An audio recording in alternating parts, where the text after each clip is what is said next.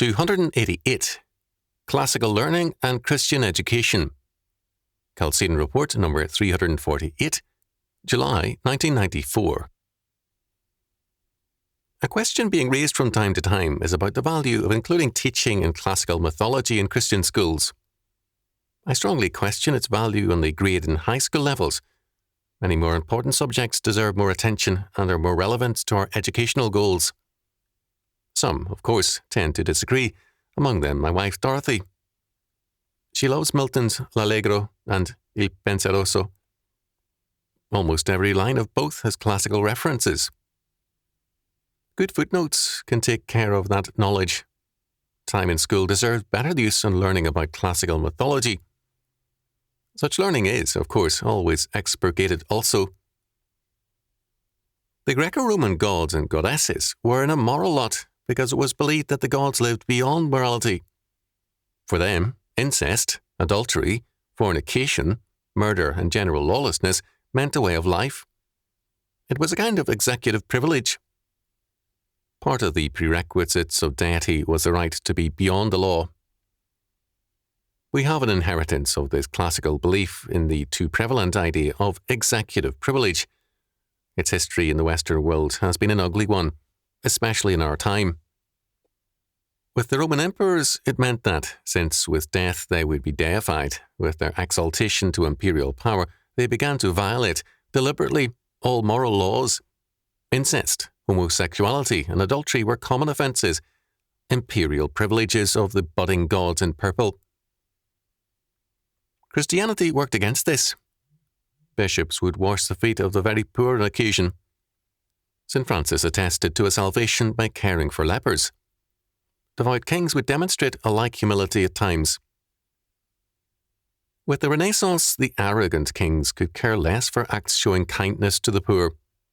Most saw themselves as a breed apart, and the poor became more poor than ever before in the Christian era. There had been immoral kings all too often in preceding centuries, but it was no longer seen as a sometimes defiant sin, but as a royal privilege. Step by step, the concept of a royal privilege extended to include homosexuality. The idea of the divine right of kings came to mean more than their right to rule. They were ostensibly above the moral law and censure. This privileged status has been an implicit assumption since, by presidents, prime ministers, congressmen, and others. Greco-Roman mythology exempted the gods from the moral law, and this kind of thinking has been deeply embedded in Western humanism. We do not need more of the same. Classical mythology also stressed a very provincial religious perspective. Every city or country had, often, its own gods. Just as there was no overall moral law, so, too, there was no overall God. There were gods many and laws many. This meant there were no universally binding laws. It made possible a tolerant view of the beliefs and practices of other peoples. Herodotus could write of evil alien practices with no more than an interest in freakish ways. Everyone had his or her, quote, lifestyle, end quote, and these variations were viewed with curiosity, not with a belief in any universally binding right and wrong. Without the Greco-Roman myths, we have the same morality today. It is a part of the intellectual air we breathe. Do we want more of the same? The Greco-Roman mythology was essentially related to imperialism.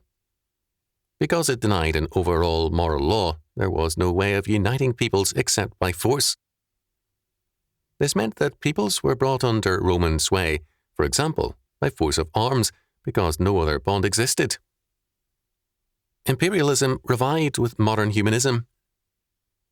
As Christendom's religious and moral bond weakened, the urge to control and dominate others became the method of extending civilization.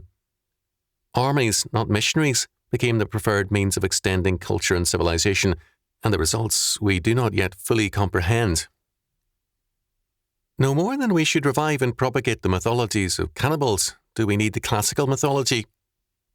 Human sacrifices, by the way, were an essential part of classical life. The Romans sacrificed countless peoples. We have enough bents towards evil in our modern humanistic culture without borrowing ideas from the past.